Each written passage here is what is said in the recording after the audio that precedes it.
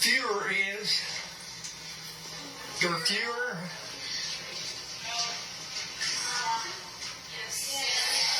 Adolf Hitler. And I want to start this with a song. You're going to have to put up with my singing. Now, Hitler had a little pencil mustache. And I'm going to sing a song to him. Oh, der Führer says the international race, wie how, right in der Führer's face. Oh, der Führer says the Unterverland's face, wie how, right in der Führer's face. Now, I want you to know that that's one of the more tender songs that we sang to Adolf Hitler in World War II. And I want to bring you up to date. 4 years ago, my wife and I and our son were walking down a road in Nordhausen, Germany. He was there on legal business. We were there to help dedicate a museum at the site of the concentration camp that we had liberated.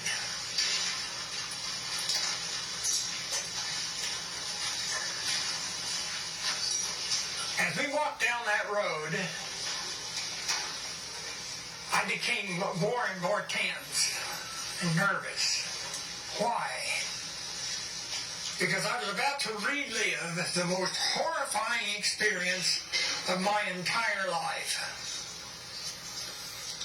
Suddenly, as we walked down the road, we saw two concrete columns, one on either side of the road, and I recognized them.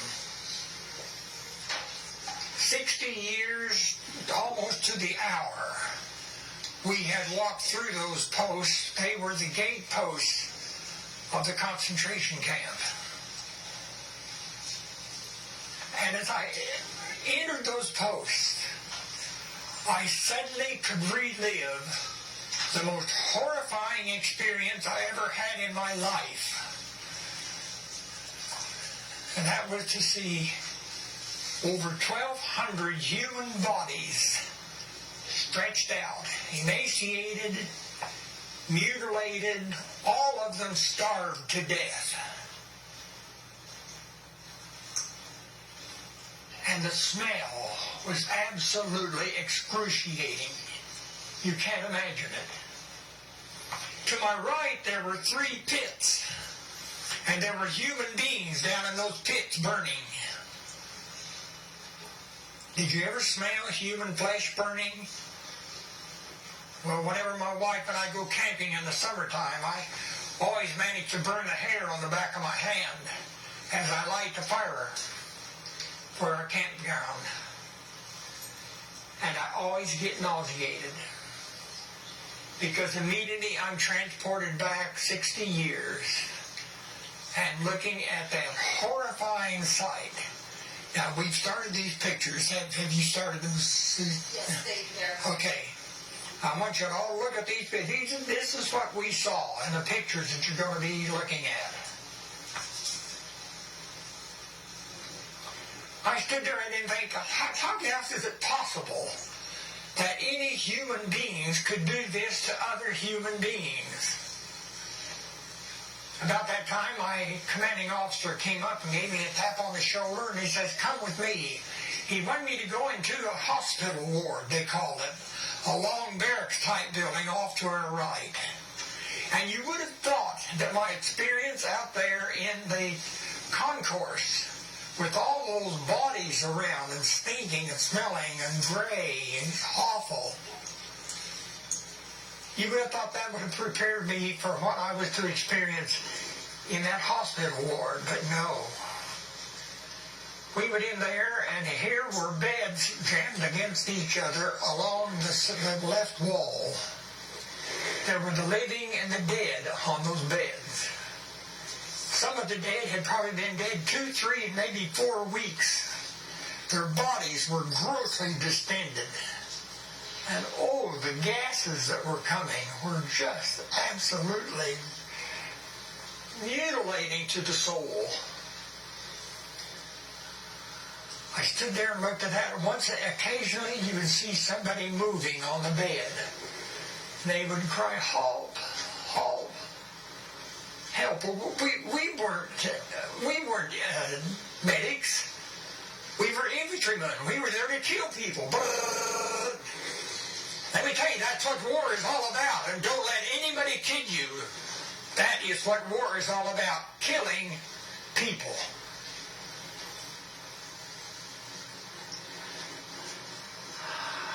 I stood there for a moment, and I don't know what my commanding officer did, but I finally had it up to here. I couldn't take it anymore. And I ran out of the building and out into that concourse in the midst of all those bodies spread out dead. I grabbed the side of my Jeep just to hold myself together. But a strange thing happened as I stood there. There was one of our men who was able to smuggle a portable radio overseas as we went. Now, a portable radio in those days, friends, and Dave well knows this, was about this long, about this wide, and about this high, and took 6 D-sized batteries. Now you got a little thing you stick in your ear. But the music that was coming out of that radio was what haunted me. It was Glenn Miller, Glenn Miller, the great, you don't know Glenn Miller, the great musician of my day. He wrote many, many great songs. And he was playing Sunrise Serenade. Da-da-da-da-ding, da-da-da-dee-dong, da-da-da-da-dee-dong. Da-da-da-da-da-dong, da-da-da-da-dee-dong, da-da-da-da-dee-dong. That music just floated like a kind of a haunting mockery over that whole scene. My wife and I had danced to that at Southwestern College there in Wingfield many years before, and many times. But this music now was just making light, really, of a horrible situation. But it wasn't long before the music went off. And the voice of Lowell Thomas, a great commentator of that day, came on the air. And he said, "Ladies and gentlemen, we have just had word from Warm Springs, Georgia, that Franklin Delano Roosevelt, the President of the United States, was dead." And you've got to put yourself in my situation. He was my commander-in-chief. And here I was, just seeming to have lost my very soul, and now my commander's dead. And then nature played a mean trick on me. She reminded me it was my favorite sister's birthday. That would have been 64 years ago, last Friday. And that just was like salt poured on the wound. Friends, looking at that sight and trying to get some kind of an understanding of why this could happen, I suddenly just lost it. And I raised my head to the heavens and I cried out, "God be damned." How could there be a God that could allow a thing like this? But a stranger thing happened. I have absolutely, when I finished that, I leaned over the side of the Jeep and vomited. It was the only human response I could make to that horrible, devastating scene. But God in His mercy spared me, because I have absolutely no memory of the next 2 weeks. But I know what we did because one of the men wrote a book. And he told about how We went in town and got all the able-bodied citizens and brought them out with shovels and blankets to pick these pieces of bone and body up and bury them.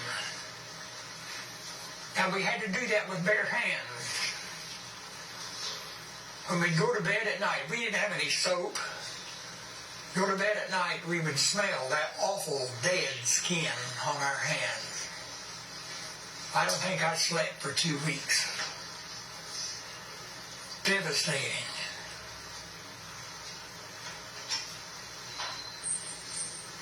The next thing I remember was 2 weeks later, and we were going into the town of Frankenberg, Germany. We liberated a little concentration camp. About 200 workers there who were there as slave laborers, and they would be worked till they starved to death.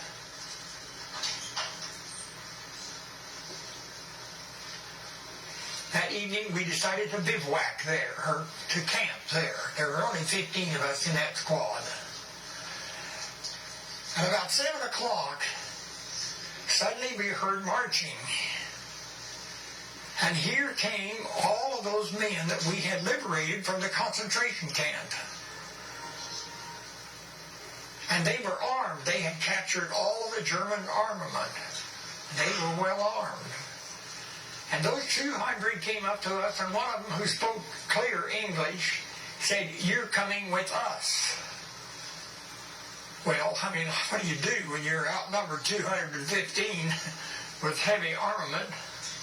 You went with them. Well, I knew they would be all right. But they took us to a farm, and there was a big brick enclosure in back, probably 150 feet deep and 100 feet wide.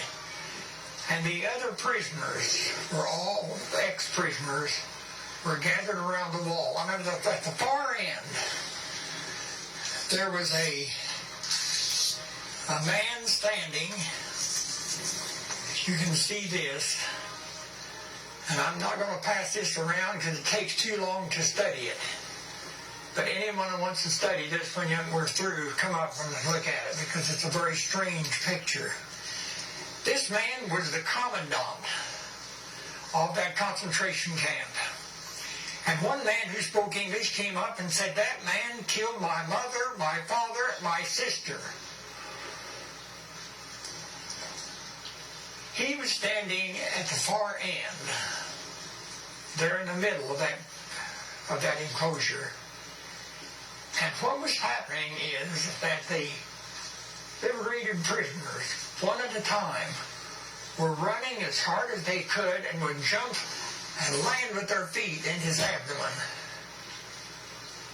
And then knock him down to the ground. And he'd kick him in the face, kick him in the groin, kick him in the chest.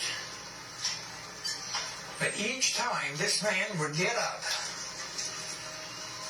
more feeble each time, would raise his hand and say, "Heil Hitler." Well, that was just like putting salt on the wound. That just really aggravated the liberated prisoners.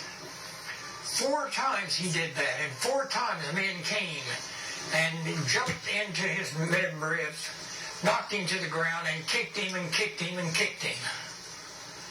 He was getting weak. The 4th time, the man struggled to his feet. I had captured a German soldier who had a little spy camera, and there were 4 exposures left on that camera. And these pictures that I'm sending around were 2 of the pictures that I took at the concentration camp. But just as I was getting ready to snap the picture of this man struggling to his feet, one of my men just lost it. He grabbed his .45 and pow! Now, was that a violation of the Geneva Convention? Or was it mercy? Because he was going to die at the boot.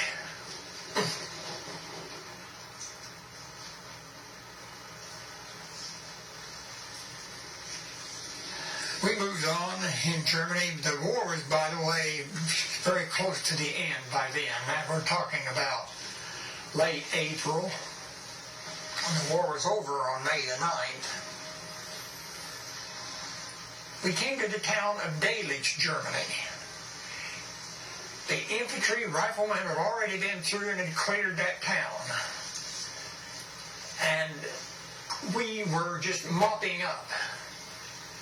Well, one buddy and I were walking down the street, and we heard some music.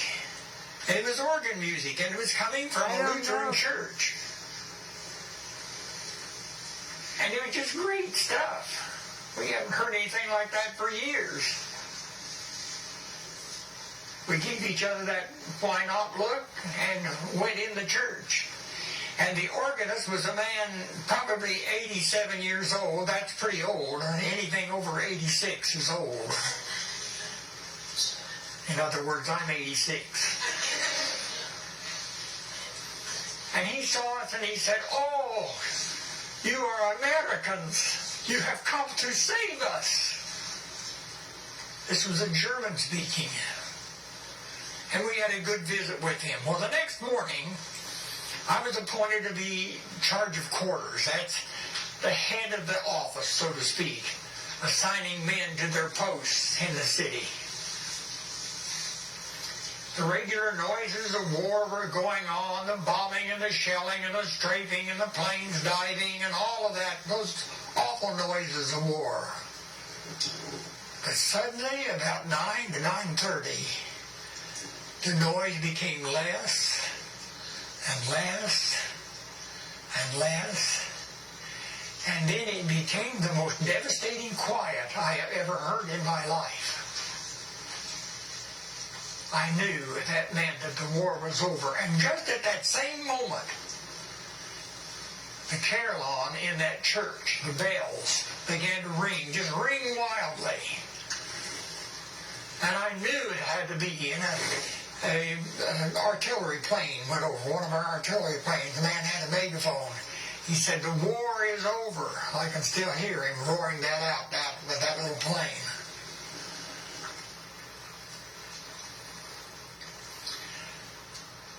Now, if you're in the service and you're given an assignment, you stay on that assignment subject to court-martial if you leave. Well, I wanted to find out what was going on outside. And finally, taking leave of my senses, I picked up my rifle. I made sure I had an ammunition clip in it. And I went to the door, and I opened it, looked out, I didn't see anybody. And I walked out through the front yard to the street. Just as I reached the street, a door in the house across the street opened up, and a German soldier came out with his weapon. Now you got to catch the drama. Here's an American soldier on one side, a German soldier on the other, both of us with loaded weapons, could have easily knocked the other off. And oh, how I wanted to take revenge for what I'd experienced at the concentration camp. This guy was the symbol of it. And oh, I wanted to blast his head off. But friends, there was something about that bell. The ringing of those bells. There was a kind of a higher calling to both of us. We stood there and just stared at each other about 20 feet apart. And after a moment, I decided somebody has to do something, so I took a step toward him. And he took a step toward me. And we kept that awkward dance going on until we met in the middle of the street. As we met, I shifted my weapon over to my left shoulder, and he gave my arm like this, and he locked his arm in it, and we started down the road to that church. Now, can you imagine that? An armed German soldier, an armed American soldier, locking arms and walking down to the church. It was a utterly phenomenal experience for me. we came to the crest of the hill and could look down into the valley and see the church down there. And people were streaming from all of the roads, like the spokes on a wheel. And in European cities, oftentimes the church is the very center. And people from every nation on earth were marching or coming down those streets toward the church. We got down there, the church was full, the church yard was completely jammed with people. It was a fantastic experience. But you know, I didn't know a lot of Bible in those days. But somehow, some way, deep down in my heart, I suddenly heard from the 46th Psalm, "Be still and know that I am God." And this G.I., who had violently cursed God a month before, suddenly felt forgiven.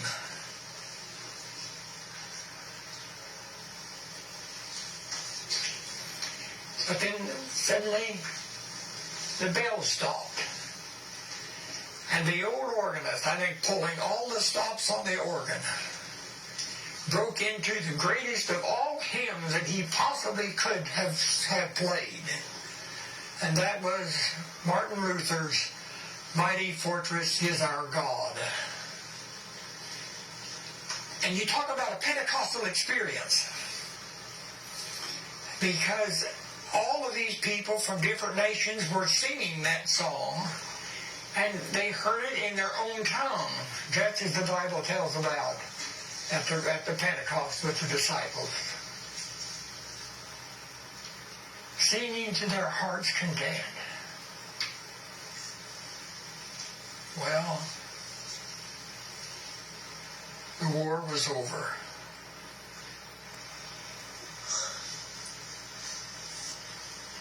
It wasn't very long before we moved to the city of Halle, Germany, to get ready to go back home.